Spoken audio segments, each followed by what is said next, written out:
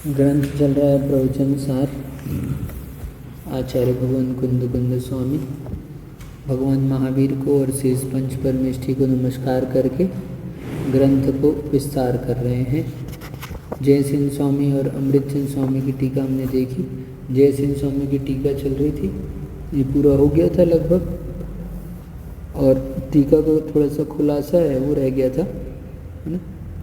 ठीक है, 5 गाथाओं में यहाँ टीका का खुलासा करते हैं कि मैं आराधना करने वाला हूँ तथा ये अरहंत आदि आराधना करने के योग्य हैं।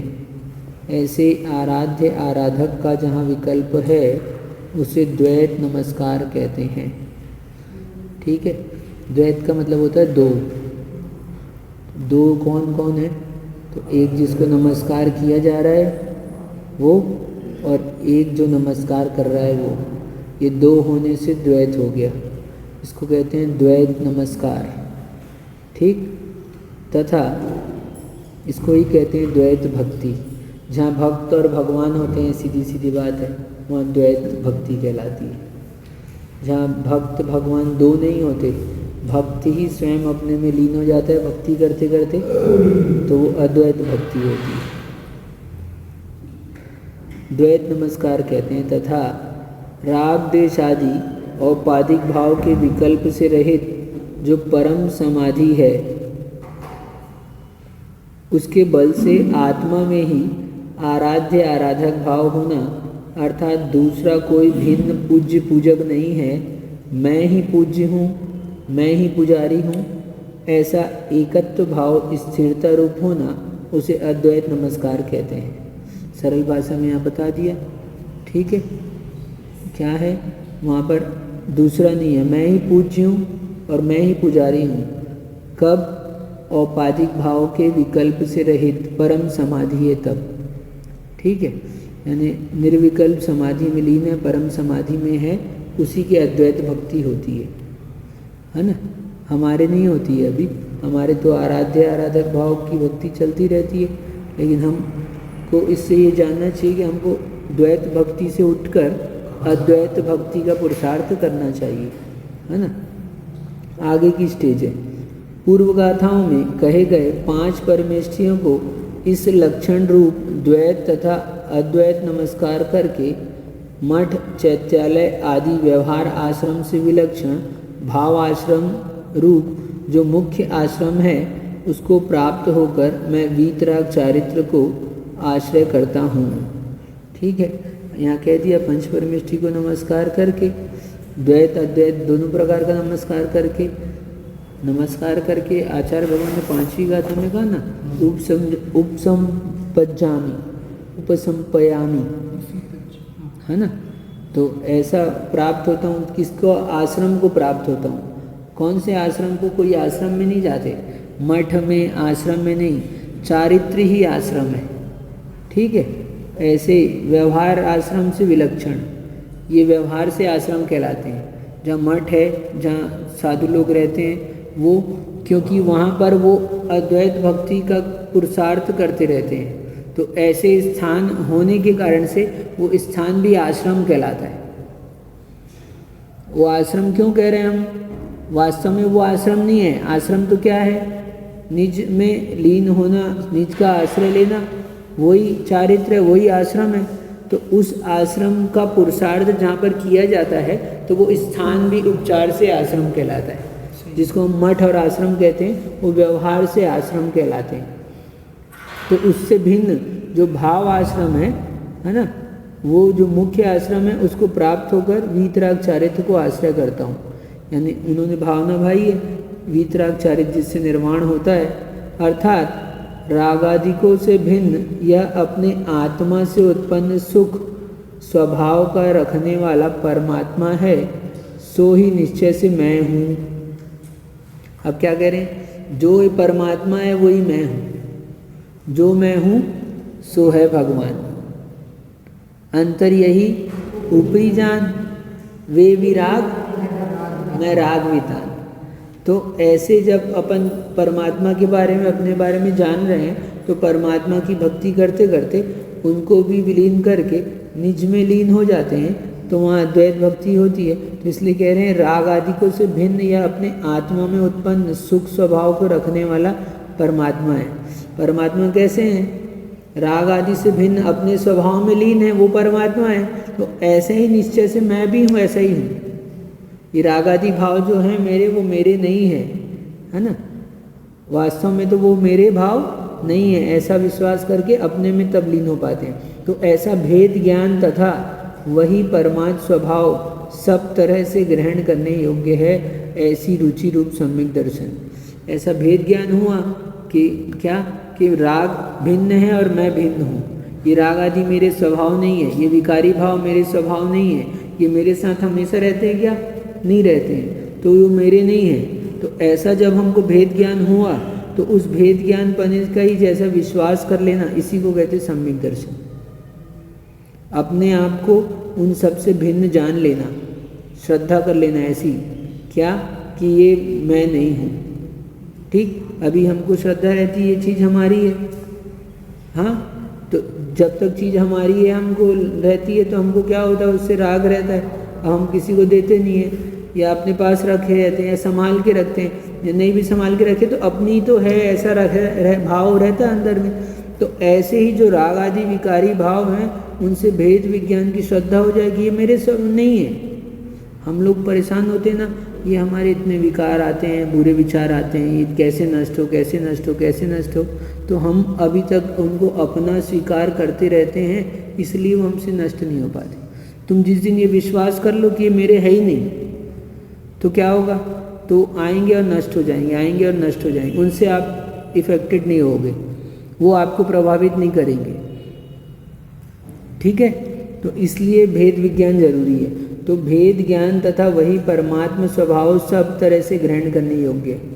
यानी अब यहाँ पर श्रद्धा क्या हो रही कि यही स्वभाव ग्रहण करने के योग्य है, और कुछ ग्रहण करने के योग्य नहीं है। ऐसी श्रद्धा हुई है तो ऐसी श्रद्धा को ही कहते हैं ऐसी रुचि रूप सम्यक दर्शन। इस तरह दर्शन ज्ञान स्वभावमयी भाव आश्रम है। तो चारित्र क्या है? चारित्र कोई भाव आश्रम क्या है यहाँ पर? तो वो कैसा है चारित्र? ऐसे नहीं हो जाता चारित्र, जिसके पहले दर्शन होगा फिर ज्ञान होगा, दर्शन ज्ञान युगपद होगा। तो दर्शन और ज्ञान जिसमें प्रधान है वही फिर चारित्र को प्राप्त होता है।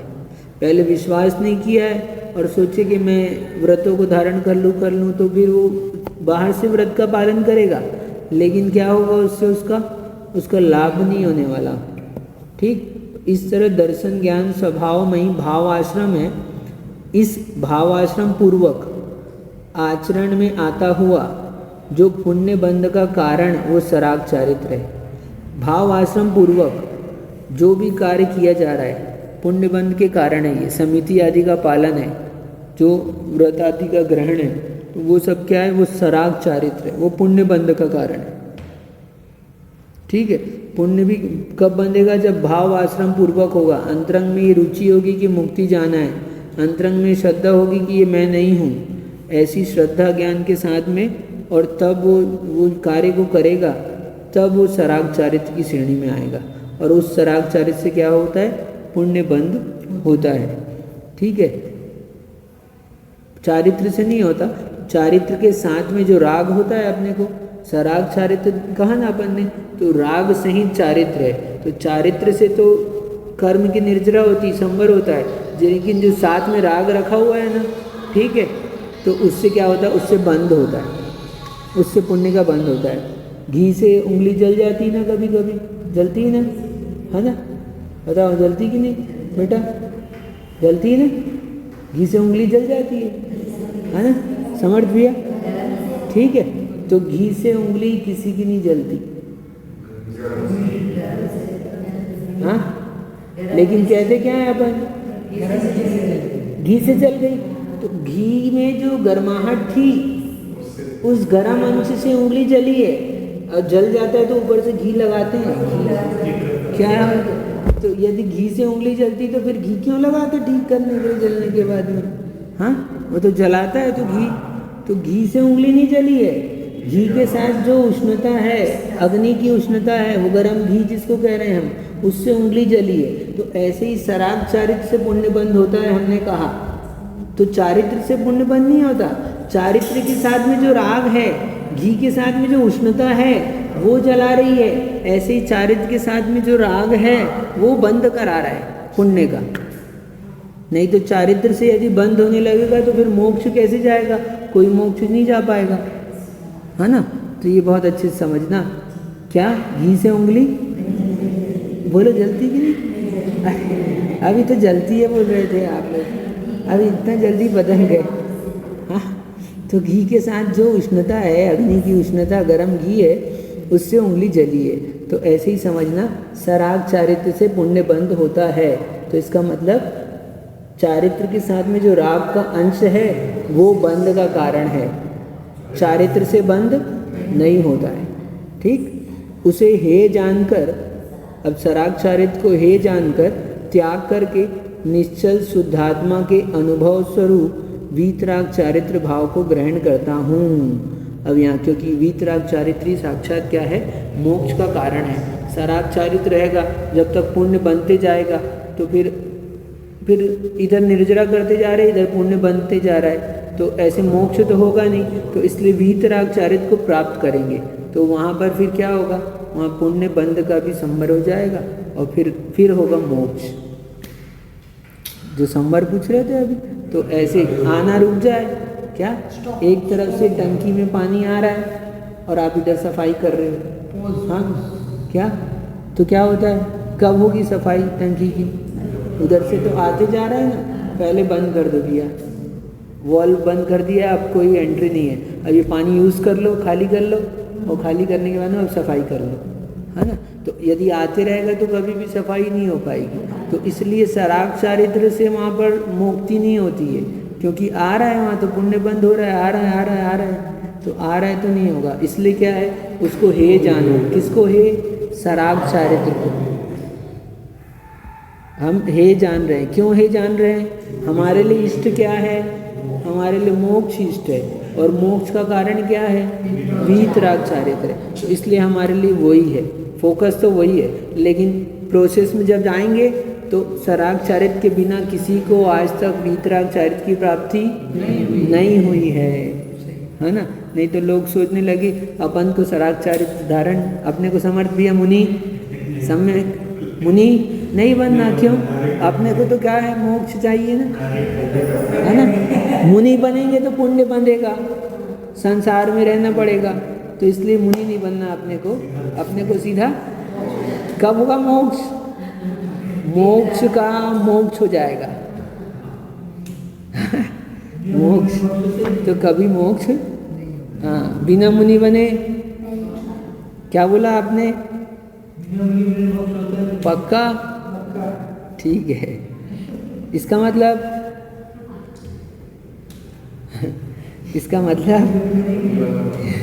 इसका मतलब बताते हैं अब आगे, ठीक है। आज छठवीं गाथा पढ़ रहे हैं अपन, आगे यहाँ तक की व्याख्या हुई, लगभग संक्षेप में, सार में, थोड़ा मोड़ा में, इतने में ही सब कुछ बता दिया है। ज्ञान अधिकार, हाँ, नहीं ऐसा कोई ज़रूरी नहीं है। मुनि भाव के बनने के बाद में भी अनंत भाव लग सकते हैं, ठीक है। अभी बताते हैं एक बार, शास्त्र में 32 बार मुनि भावलिंगी मुनि बनते हैं, ऐसा बोल रहे हैं क्या, लेकिन 32 बार मुनि बन के मोक्ष हो जाए ये कोई ज़रूरी नहीं है। मुनि का मतलब वहाँ पर ये मुनि बनने से, ऐसे मुनि बनने से नहीं है ना।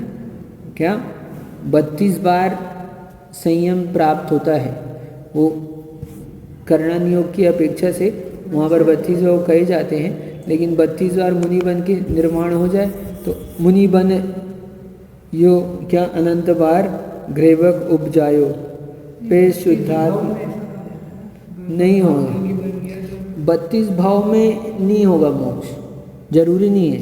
यानी आज हम मुनि बन गए तो हमारा मोक्ष का अब भाव गिन रहे हैं, तो 32वें भाव में मोक्ष आपके हिसाब से, ऐसा नहीं है। अभी तो फिर ऐसे अभी मुनि बने, भावलिंगी मुनि बने, तो फिर संसार में थोड़ा घूमे, फिर मुनि बने, भावलिंगी मुनि बने, तो ऐसे भावलिंगी मुनि बार बार बनेंगे, तो 32 बार बनेंगे, उसके बाद होगा मोक्ष। ऐसा नहीं कि एक बार मुनि बन गए तो 32, मतलब ऐसा संयम की उपलब्धि 32 बार होती है। इस तरह से करणन योग में वो घटित होता है। यानी मुनि बनने के बाद 32 भाव में मोक्ष लोग ऐसा समझ लेते हैं। तो ऐसा होता तो कितना अच्छा होता, वाह हम तो बढ़िया, बस 32 ही भाव है हमारे, अब क्या टेंशन, कुछ टेंशन नहीं है, अब तो जो भी रहे 32 भाव। हाँ, तो उससे हाँ, अब 32 भाव में मोक्ष, तो ये ऐसा नहीं हो रहा है।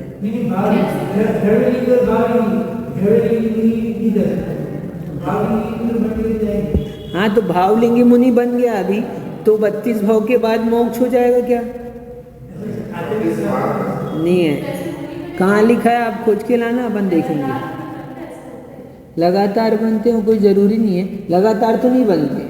एक बार मुनि बने तो नियम से संयम है, तो संयमी जीव देव बनता है। नियम से क्या होता है? हमने कल बताया था, चौथे गुण स्थान से ऊपर के जो भी जीव है, चौथे गुण स्थान वाले जो भी हैं, वो सब मरकर कहाँ जाते हैं? नियम से देव गति में ही जाते हैं। यदि मनुष्य आदि हैं तो, है ना, ठीक है, नियम से कहाँ जाते हैं? देव गति में जाते हैं। हाँ, अपवाद रूप में किसी ने पहले से आयु का बंद कर लिया है, मनुष्य आयु का बंद कर लिया है, तो अभी जो भोग भूमि के बता रहे हैं वो सम्यक दृष्टि हो पहले नहीं है, पहले उसने मनुष्य आयु का बंद कर लिया और फिर बाद में सम्यक दर्शन को प्राप्त किया। तीर्थंकर के पादमूल में क्षायिक सम्यक दृष्टि भी हो जाए तो वो फिर मर कर कहाँ जाएगा? तो वो भोग भूमि में उत्पन्न होंगे, ऐसा है। तो आगे गाथा पढ़ते हैं। संपजति निर्वाणम देवासुर मणुयराय विहिवेहिं जीवस्य चरितादो दंसनाण पहाणदो।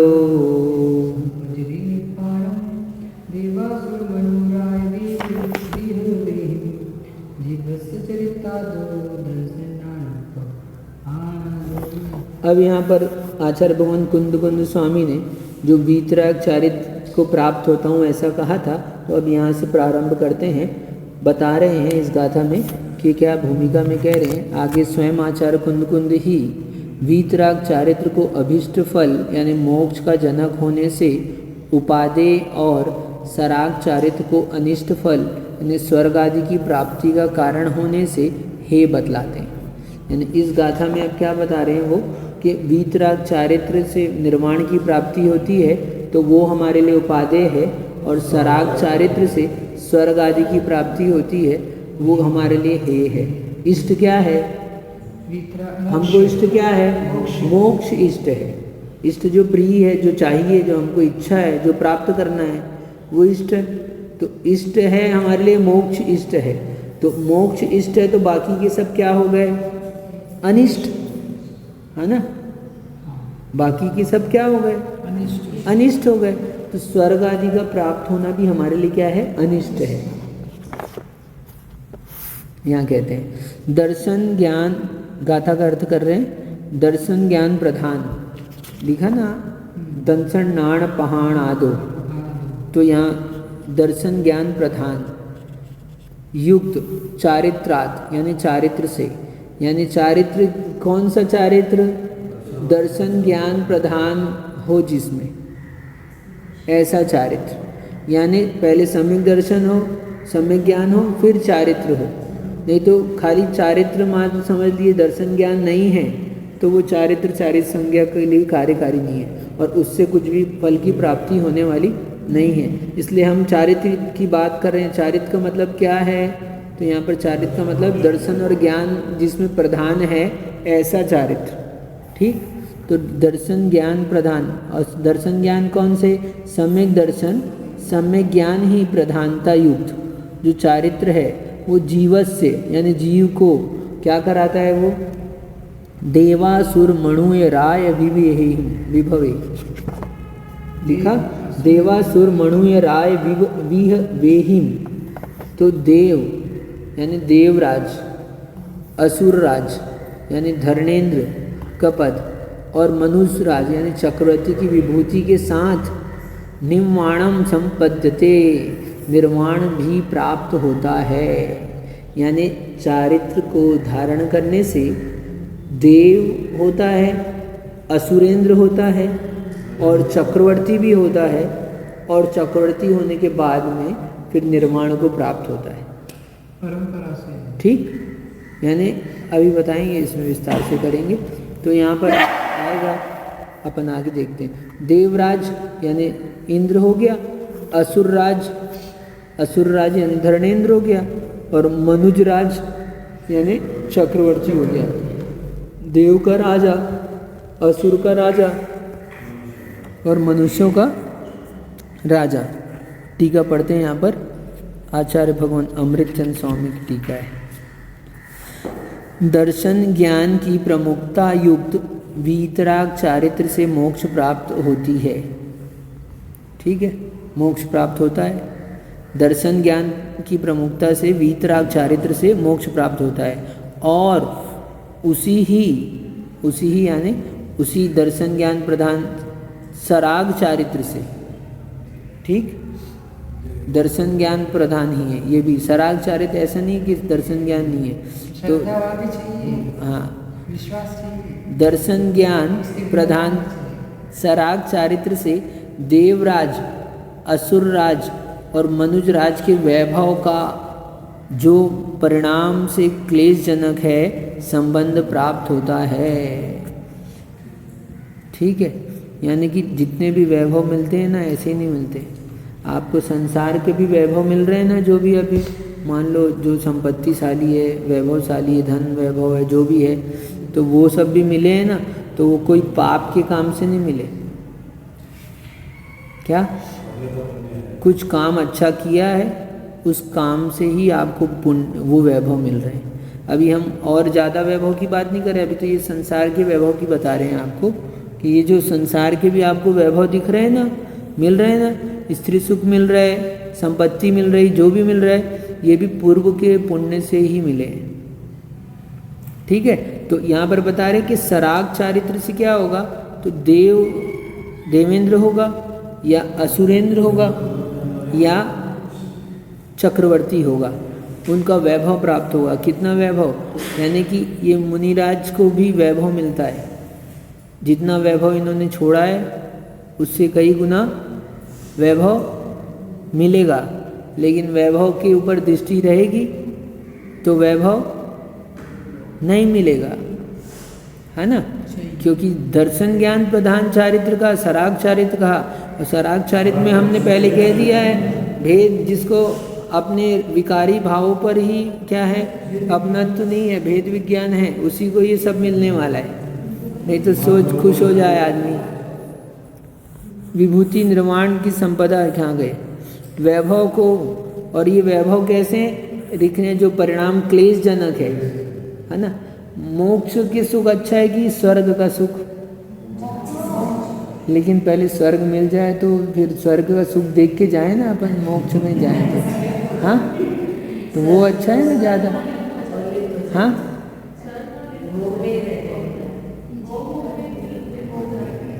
भोग में लिप्त हो जाते हैं। नहीं, आप हम आपको बता रहे हैं कि आपको स्वर्ग मोक्ष तो देंगे ही, बाद में देंगे, लेकिन उसके पहले स्वर्ग भेज दें तो अच्छा है कि नहीं है। अरे ये काय को बाद में इतना देर वेस्ट होगा कि नहीं, मोक्ष का सुख का कटौती होगी कि नहीं, 33 सागर तक या जितने भी आयु मिलेगी उतने समय तक का। हाँ, जब हमको सुख मिलना है तो पहले सीधा मिले, तो इसलिए ये क्लेश का कारण है। हम जिसको प्राप्त करना चाहते हैं, जो हमारे लिए इष्ट है, अब उस इष्ट के लिए जो भी बीच में आएगा वो बाधा उत्पन्न करेगा। क्या हमारे को जो प्रिय होता है और हमारे प्रिय के बीच में कोई भी आता है वो बाधा उत्पन्न करता है। तो यदि हमको मोक्ष इष्ट है तो बीच में यदि स्वर्ग भी आप देते हो तो वो हमारे लिए क्या है, काम का नहीं, क्लेश का कारण है। उससे टेंशन होगी, उससे दुख होगा, हमको तनाव होगा। हाँ, उतने समय तक हम संसार में ही रहेंगे ना, अटके रहेंगे ना। तो इसलिए कह रहे हैं जो क्लेश, जो परिणामों में क्लेशजनक है, स्वर्ग के सुख क्या है, क्लेशजनक है, संबंध प्राप्त होता है। इसलिए मुमुक्षु जीव को इष्ट फल वाला होने से, इसलिए जो मुमुक्षु है, यानी मुमुक्षु यानी क्या होता है, जो मोक्ष का इच्छुक है वो कहलाता है मुमुक्षु। जिसको मोक्ष की इच्छा है वो कहलाता है मुमुक्षु। क्या? मुमुक्षु। हाँ, मुमुक्षु। तो कह रहे हैं मुमुक्षु जीव को। हाँ हाँ, उन लोगों को भी कहते हैं, वो लोग भी कहते हैं, अपने यहाँ भी सोनगढ़ियों को मुमुक्षु कहते हैं, है ना, ये मुमुक्षु मंडल वाले हैं ऐसा कहते हैं। लेकिन यहाँ मुमुक्षु का क्या मतलब होता है? जिसको मोक्ष की इच्छा है। आप हो कि नहीं मुमुक्षु? हो? तो जिसको जिसको इच्छा है वो सब मुमुक्षु है। तो कह रहे हैं कि मुमुक्षु जीव के को इष्ट फल वाला होने से, इष्ट क्या है हमारा? मोक्ष। उसको फल, वो इष्ट मोक्ष कैसे मिलेगा? कैसे, किससे मिलेगा? वीतरागचार्य से। तो मुमुक्षु जीव को इष्ट फल वाला होने से वीतराग चारित्र है वही उपादेय है, और अनिष्ट फल वाला होने से सराग चारित्र हे है। ठीक है, यहाँ इतनी सी बात बतानी है कि सराग चारित्र जो है वो अनिष्ट फल वाला है। अनिष्ट फल क्यों कह रहे हैं? इष्ट हमारा मोक्ष है, तो शेष सभी क्या हो गए? अनिष्ट हो गए। तो स्वर्ग का प्राप्त होना भी हमारे को क्या है? अनिष्ट। हमको स्वर्ग नहीं चाहिए, अब तो पहले वही दो भी है हमको तो। हाँ, हमको तो क्या चाहिए? मोक्ष ही चाहिए, स्वर्ग वर्ग नहीं चाहिए। काय को स्वर्ग? तो इसलिए हमारे को स्वर्ग इष्ट नहीं है। इष्ट नहीं है इसका मतलब स्वर्ग अनिष्ट है। अनिष्ट फल वाला होने से वो हे है।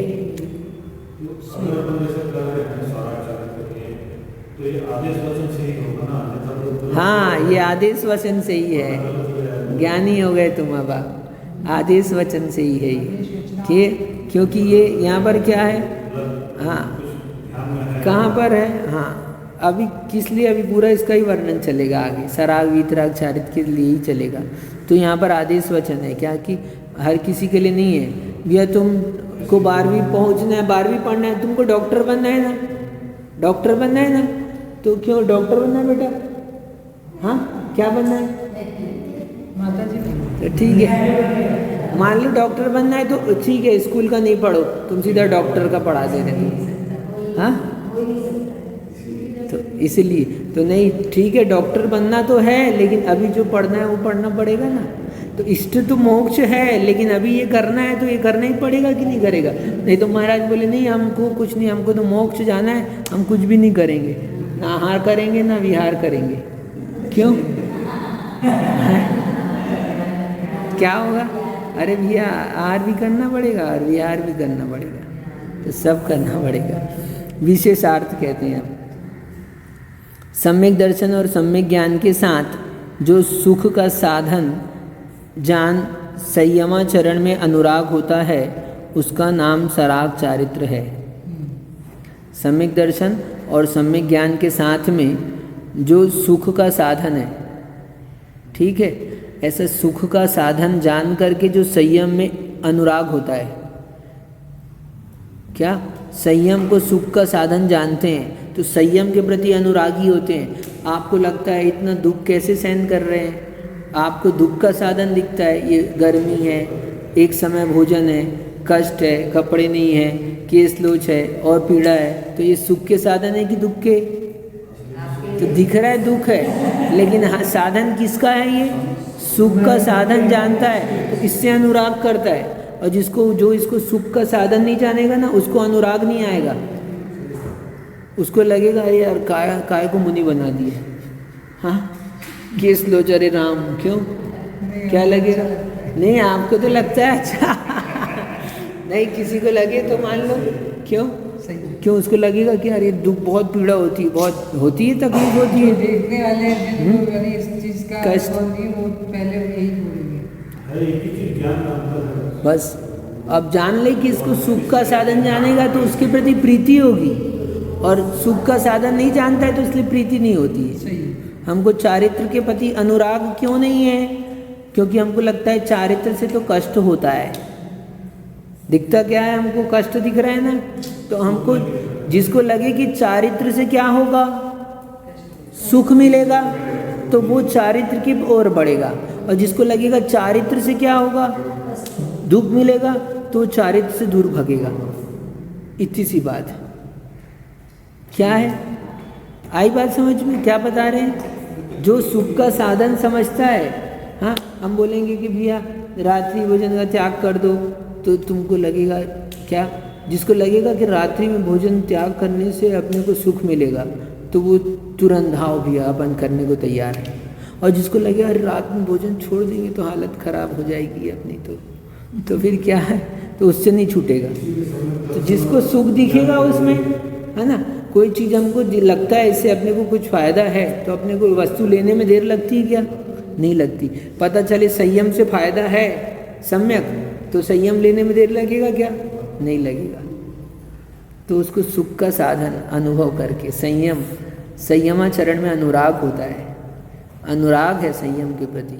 जैसे भोजन के प्रति राग होता है, अपने सगे संबंधियों के प्रति राग होता है, ऐसे अपने चारित्र के प्रति अनुराग होना चाहिए अपने। क्या अच्छे से देख के चर्या करे, पालन करे, सब क्रिया करे, सब व्यवस्थित करे। क्यों? अनुराग। इससे हमको सुख होगा, सुख का साधन है चारित्र की बात कितना बढ़िया कहते हैं, उसका नाम सराग चारित्र है। ठीक है, इसका नाम सराग चारित्र है। और वह पुण्य बंध का कारण होने से इंद्रादिकों की विभूति को प्राप्त कराता है। पुण्य बंध का कारण होने से सराग चारित्र का पालन करते, पुण्य का बंध होता है। पुण्य का बंध होता है तो पुण्य का फल भी तो मिलेगा कि नहीं मिलेगा? जब बंध किया है तो ऐसा कोई कर्म नहीं है जो बिना फल दिए जाए, तो पुण्य बांधा है तो फल तो मिलेगा। क्या मिलेगा फल? स्वर्ग के, इंद्र के सुख वैभव मिलेंगे। हाँ, ये फल मिलेगा। परंतु यह सब विभूति वस्तुतः क्लेश जनक ही होती है। संपत्ति मिलती है तो क्लेश ही होता है उससे। ठीक है, वो सुख नहीं मिलेगा जो मोक्ष में मिलने वाला है। वो सुख मिलेगा क्या? तो वो क्लेश जनक ही है। आकुलता तो बनी रहती है, निराकुलता नहीं रहती। साक्षात निराकुल सुख की संभावना उससे नहीं है।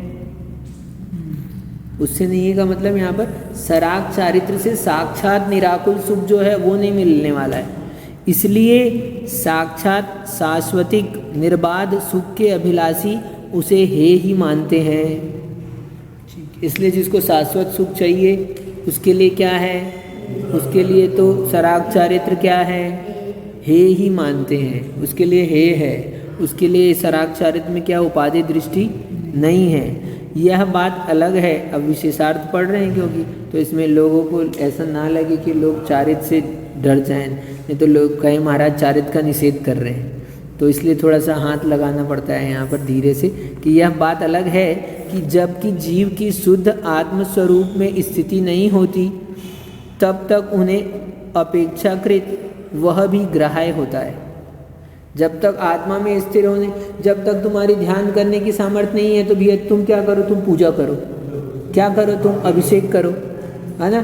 ठीक है, आप लोग करते हो ना, रोज पूजन करते हो। हमसे कोई नहीं कहता कि महाराज आप रोज पूजन करो। क्यों? आप करते हो पूजन, इनसे पूजन का नियम दिला रहे हो, आप तो पूजन करते नहीं हो।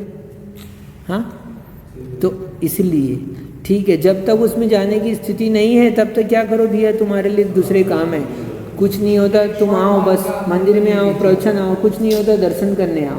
फिर दर्शन करने आने लगेगा तो बोलेंगे भैया रोज दर्शन ही करता है, तो एक काम किया कर, एक कलश डाल दिया कर समर्थ भाई कभी कभार भगवान के ऊपर में, है ना? ऐसा मतलब कहने लगे लोग, कोई ऐसा बता रहे हैं, ऐसा कहते हैं। हाँ ठीक है, क्या है, अपने को देखें तो क्या होता क्या है यार। लोग कह रहे हैं कर रहे हैं तो अपन देखें तो क्या होता क्या है, लोग पीछे क्यों लगे हैं इसके, तो अपन अनुभव करके देखो इस बात का। तो पर उनकी बुद्धि में हे रूप ही रहती है। क्या? पर उनकी बुद्धि में, यानी कि जो अपेक्षाकृत वह भी ग्राह्य होता है, जो सरागचारित ग्राह्य है वो भी, लेकिन उनकी बुद्धि में क्या बना हुआ है, उसके प्रति हे बुद्धि ही रहती है उनकी।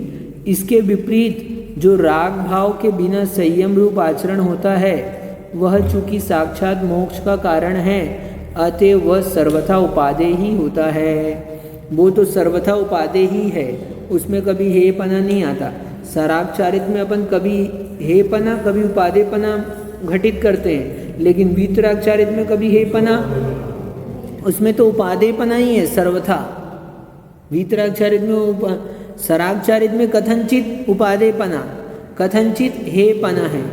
ठीक है, जिसको वीतराग चरित की ओर बढ़ाना है उसके लिए हम कहेंगे हेपना है। ठीक है, पहली क्लास मत पढ़ो, पहली क्लास मत पढ़ो, तो पहली क्लास छोड़ने योग्य कि पढ़ने योग्य है ना? तो किसी के लिए पढ़ने योग्य है, किसी के लिए छोड़ने योग्य है। तो उस पहली क्लास को हम कहेंगे उसमें दोनों भी दृष्टियां हैं, है ना? लेकिन पूरा पढ़ाई हो जाए तो फिर क्या है? तो ऐसे वीतराग चारित्र में क्या है? सर्वथा उपादेयपना है, लेकिन सराग चारित्र में तो क्या है? कथनचित हेपना है, कथनचित उपादेयपना है। इस तरह यहाँ पर इन्होंने समझाया है, बहुत अच्छी तरह से समझ आई आप लोगों ने। लेकिन एक प्रश्न नहीं किया, इसमें प्रश्न होना चाहिए था। क्या प्रश्न हो सकता है बताओ? कि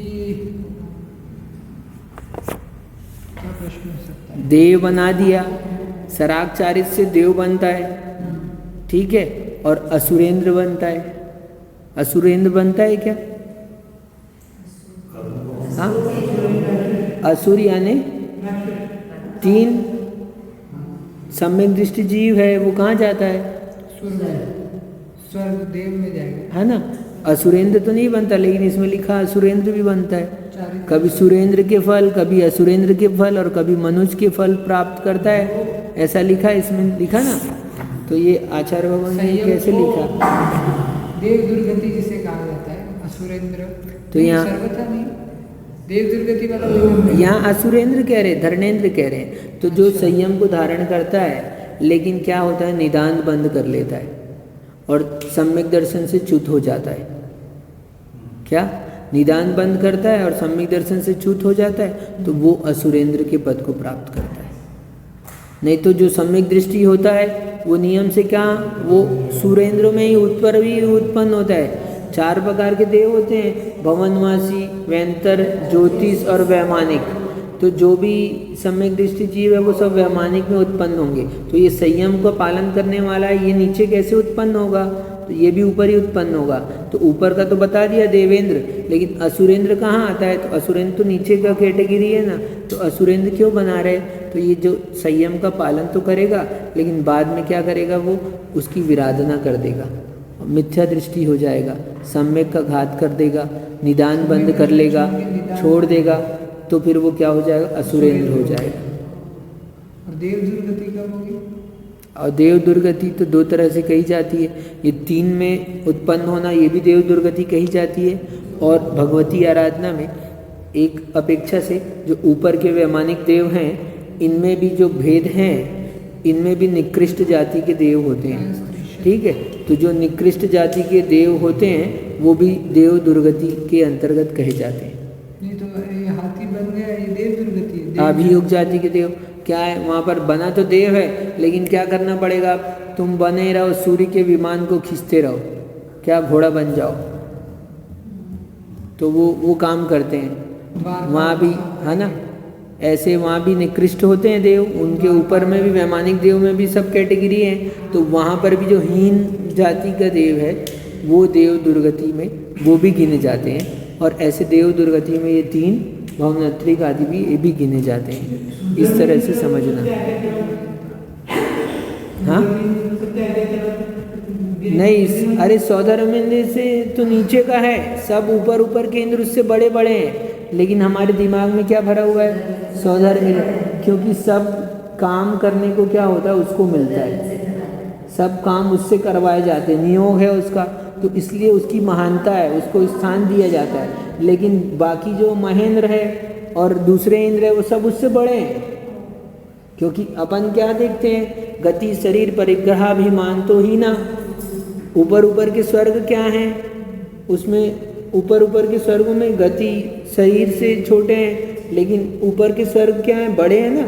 नीचे का स्वर्ग तो सौधर्मेंद्र तो पहले ही हुआ ना, पहला दूसरा स्वर्ग में सौधर्मेशान, तो वो नीचे का हुआ, उससे ऊपर के देव हैं सब। लेकिन सौधर्मेंद्र का नियोग होता है कि वो भगवान के पंच कल्याण के जो भी कार्य है वो करता है, इसलिए उसका महत्व होता है। निदान बंद का अर्थ ये होता है कि हमने बहुत अच्छा उपवास किया है भगवान, तो इस उपवास का फल हमको क्या मिल जाए। अपने जो तपस्या की है, अपन ने जो धर्म का पालन किया है, अपन ने जो जीवन भर आचरण किया है, उस आचरण के बदले में वस्तु की मांग कर ये ले। निदान सहित करेगा वो तो निदान। सूर्य दर्शन उसका से छूट जाएगा, शरीर शुद्ध हो गया, शुद्ध हो अरे गया। क्या माया, मिथ्या और निदान, ये तीन शल्य कहे जाते हैं। तो इन तीन शल्यों से नहीं, निशल्यों ये निदान होता है। कोई भी चीज का अपने धर्म के निशल्य होगा। नमो रेन्ताण नमो सिद्धाण नमो आयरियाण नमो वज्रायण नमो लोय सवसाहुणम अतः प्राणिक स्वाध्याय निष्ठापन क्रियां पूर्वाचरण कमेंट सकल गुण भाव पूजा वन्य स्तर श्रीमतम से शुद्ध भक्ति का अवसर करो में हम।